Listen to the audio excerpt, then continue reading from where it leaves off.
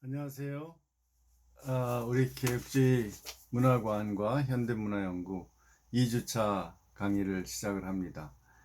먼저 이 1교시에는 제가 그동안 써놓은 아브라함 카이퍼와 기독교 세계관 개념의 내 원천이라는 글을 중심으로 해서 이 카이퍼의 세계관 개념을 이제 뒷받침하는 어떤 사상적인 그 선이해와 그리고 이제 카이퍼가 어떻게 칼빈주의로 점차로 들어오게 됐나의 과정에 대해서 설명을 드리겠습니다.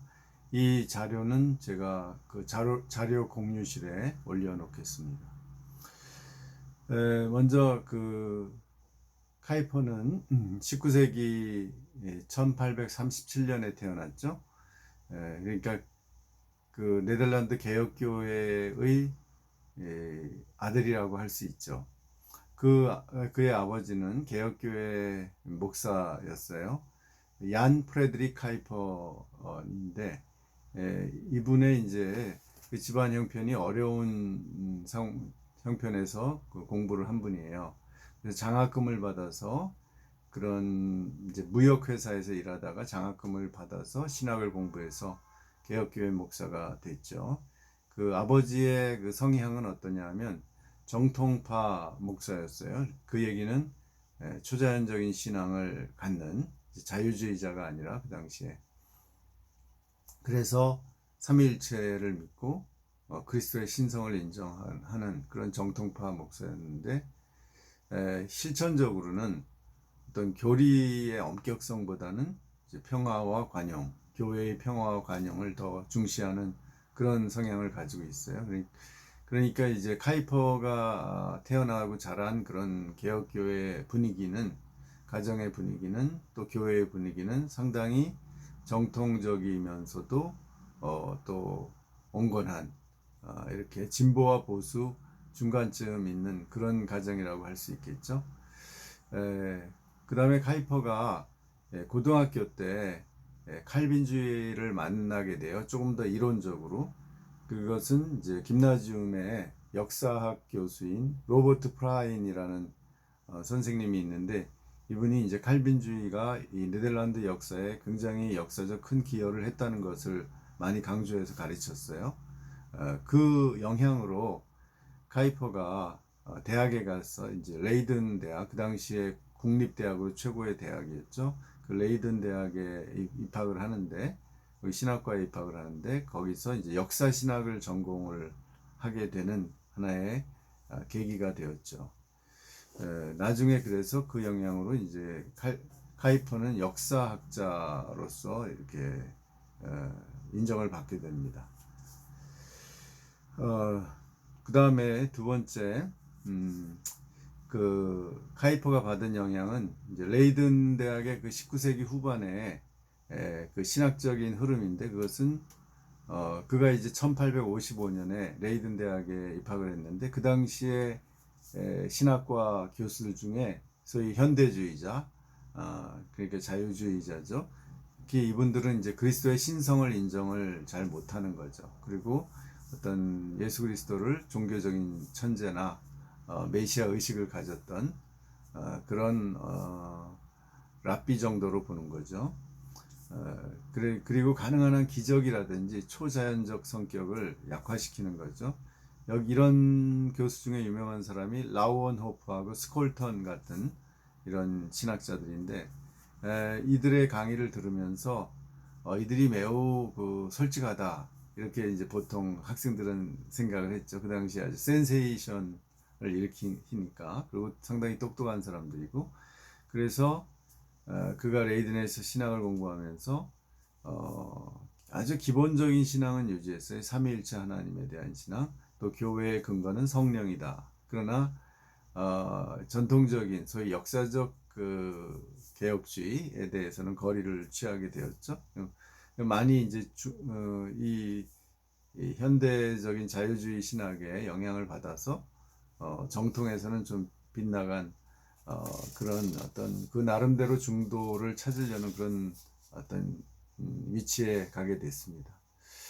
그런데 그에게 하나의 그 계기가 왔는데 1859년에 그가 잘 알던 그 레이든 대학에서 아주 잘 알던 네덜란드 문학 교수가 있었는데 그 사람이 드 프리스라는 교수인데 이제 이 교수가 제안을 했어요. 네덜란드 북부에 흐로닝헌이라는 대학이 있는데 거기에서 칼빈과 알라스코라는 그 폴란드 출신의 이제 네덜란드 사람들을 데리고 종교개혁 때 목회를 했던 그 신학자가 있는데 그 두 사람을 비교하는 현상 논문이 그 대학에서 흐로닝현 대학에서 이제 공모를 했는데 거기에 한번 해보지 않겠느냐 그런 제안을 해요. 그리고 그 아주 중요한 자료인 뭐 칼빈 전집은 다 있으니까 문제는 라스코의 라틴어 전집이 없었는데 구할 수가 없었거든요.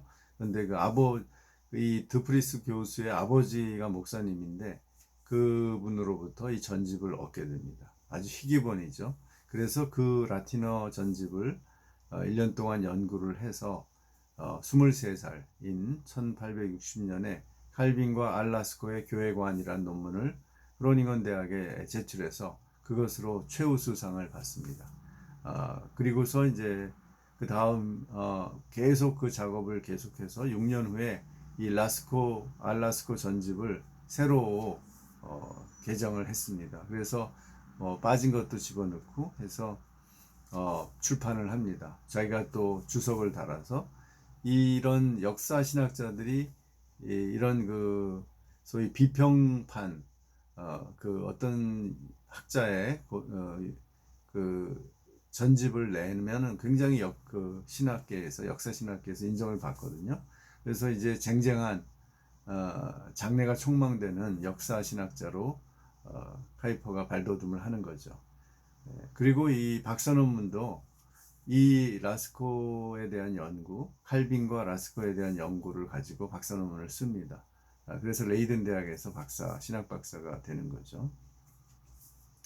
그런데 이 당시에 그 카이퍼의 신학적인 생각은 칼빈보다는 알라스코를 더 가까이 느끼는, 더 옹호하는 그런 입장이에요. 그러니까 왜냐하면 그 당시에 그 카이퍼가 이제 슐라이어마하의 교회론을 많이 지지했어요. 그게 이제 흐로닝헌의 영향이기도 하죠. 흐로닝헌이 주로 그 감정과 그 신앙에서 감정의 역할을 중시했다고 그래요.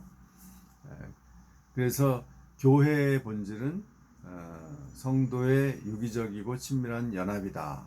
성령 안에서 이런 것을 이제 강조했죠. 그리고 칼빈의 이제 교리적인 측면은 상당히 거리를 뒀어요. 칼빈의 교회로는 너무 목회자 중심이고 국가와의 거리를 두지 못했다. 이렇게 비판적으로 봤고 칼빈의 예정론을 이렇게 미리 다 그 소위 뭐 전천년적 예정설이 그 당시에 대세였지 않겠어요? 그런 거를 이제 거부하고 현재 성령을 통해 교회를 하나님이 통치하신다. 예정보다는 현재적 성령의 역사를 강조하는 그런 입장이었고 또 칼빈이 지나치게 구약을 받아들인다고 봤어요. 그래서 이 구약적인 하나님, 한 두려운 하나님을 너무 칼빈이 강조하는 것이 오히려 기독교적이지 않다. 이렇게 복음적, 신약적이지 않다. 이렇게 칼빈을 비판했습니다. 칼빈이 그런 면만은 있는 게 아니죠.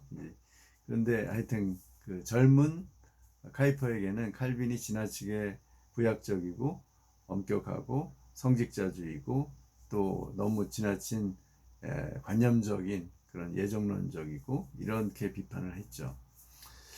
그러다가 이 사람이 어떻게 그럼 칼빈주의라는 책을 쓸 정도로 이렇게 칼빈주의자가 됐냐면 그것이 결정적인 게 이론을 통해서가 아니라 현지 교회에서 성도들과의 만남을 통해서 그들의 신앙 고백에 부닥침으로써 변화되게 됩니다. 왜 그러냐면 그 카이퍼가 아까 말한 것처럼 이제 슐라이어마하를 좋아하고 이 흐로닝은 학파의 영향을 받아서 이런 내면의 종교, 기독교는 내면의 종교다라는 것을 굉장히 중요하게 생각했거든요. 그것이 이제 후기까지 계속 나옵니다. 카이퍼의 영성의 중요한 한 면이에요. 그 내면의 영성이라는 것이.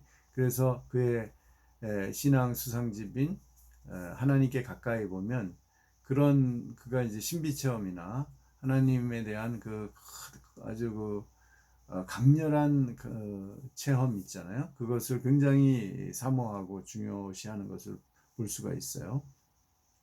일생 동안 그런 내면적인 신앙을 추구했죠.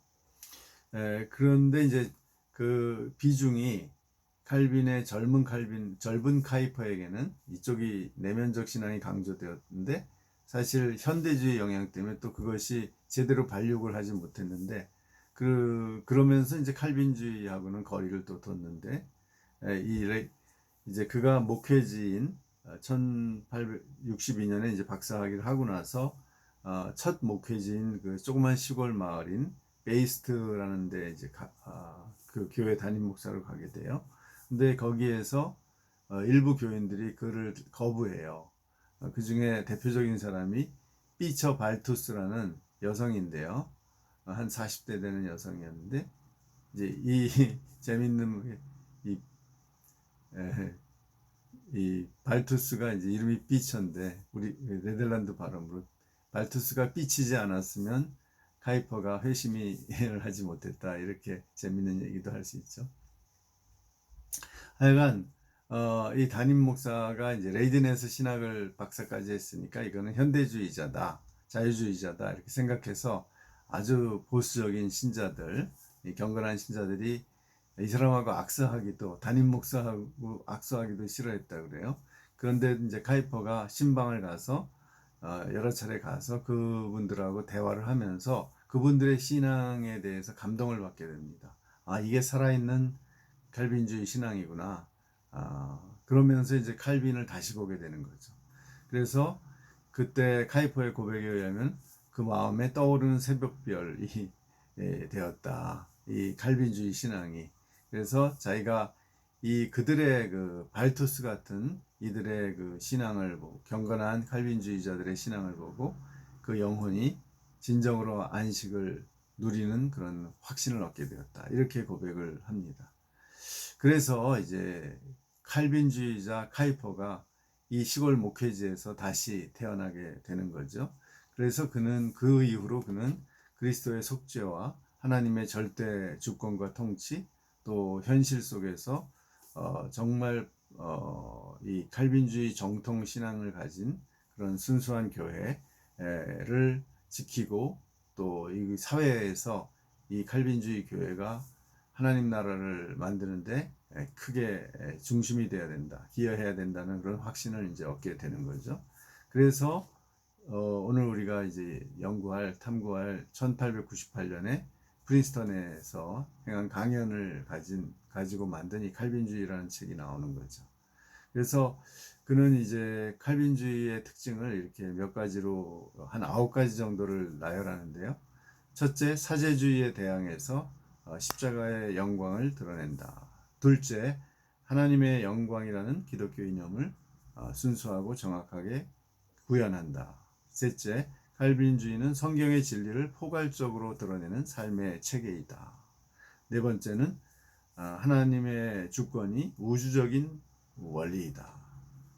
다섯째, 하나님과 신자 사이에는 사제가 아닌 이제 직접적인 교제가 추구되는 것이고 따라서 신자 안에서 교회를 본다. 이거는 이제 성직자주의에 반대하는 거죠. 만인제사장적인 측면이죠. 그 다음에 여섯 번째, 영원한 구원에 대한 강렬한 확신을 갖는다. 일곱 번째, 전체 모든 생활이 하나님 앞에서 살아야 된다는 확신을 갖는다. 여덟 번째, 모든 사람이 하나님의 피조물로서 동등하고 또 재능이 있는 사람이 덜 가진 사람을 섬겨야 한다. 이 섬김과 봉사의 측면이죠. 이웃사랑. 아홉 번째, 사회의 예속적인 위계질서를 반대하고 사회구조를 개혁하고 자유와 민주주의를 발전시킨다. 이게 이제 칼빈주의의 신학의 어떤 귀결이고 사회적인 적용이라고 할 수 있겠죠. 절대로 칼빈주의는 이런 봉건주의나 권위주의를 옹호하는 것이 아니라 사회의 모든 모순을 개혁하고 자유와 민주를 발전시킨다라는 거죠. 그것이 그의 이제 칼빈주의의 확신이 되었죠. 그리고 그에게 또 이제 몇 가지 영향을 준 그 기독교 세관 개념을 형성하는데 영향을 준 학자를 들자면 첫 번째 딜타이가 있죠. 딜타이는 카이퍼하고 비슷한 시대에 살았죠. 그리고 딜타이 역시 슐라이머하의 영향을 받고 세계관 개념을 발전시켰고 또 해석학을 계속 발전시켰죠. 딜타이에게 이제 세계관이라는 것은 삶의 체험에서 시작되는데요. 그러니까 이제 단순히 지적인 어떤 깨달음에서 인식에서 오는 게 아니라 그냥 체험에서 온다는 걸 강조해요. 독일의 그 벨트 안샤움 개념. 그러니까 독일은 그 이제 슐라이머가 낭만주의 영향을 받았잖아요. 따라서 그런 감정을 중시해요. 기독교에서 감정이 지성이 아니라 감정으로 우리는 하나님을 믿고 하나님에게 절대 의존의 감정을 통해서 신앙생활을 하는 거다라는 그 측면을 강조하는데 딜타이도 이제 그런 면을 이어받는 거죠. 그래서 기독교 그러니까 세계관 개념은 어떤 한 개인이 이렇게 본능과 감정이 주위 환경에서 만나서 형성된 지식이다. 이렇게 얘기를 해요. 그래서 그 세계관 개념에는 비이성적인 내용도 많이 있다는 거죠. 그래서 일종의 어떤 개인을 넘어서 이것이 보편적 정서를 이루게 된다. 이것을 이제 세계상, 벨트빌트라고 해요. 낙관주의, 비관주의 이런 어떤 라이프 스타일 같은 거죠. 그럼 여기서 더 발전해서 어떤 종교의 이념 같은 것을 형성하면 이게 세계관의 최상위층이다. 그래서 이제 자연주의, 관념론 또는 객관적 관념론, 자유의 관념론 이렇게 이런 이념 체계를 이제 세계관이라고 봅니다. 이러한 영향을 이제 카이퍼도 받죠. 그 다음에 두 번째로 영향을 받은 사람은 이제 독일의 카톨릭 철학자인 프란츠 폰 바더라는 사람입니다.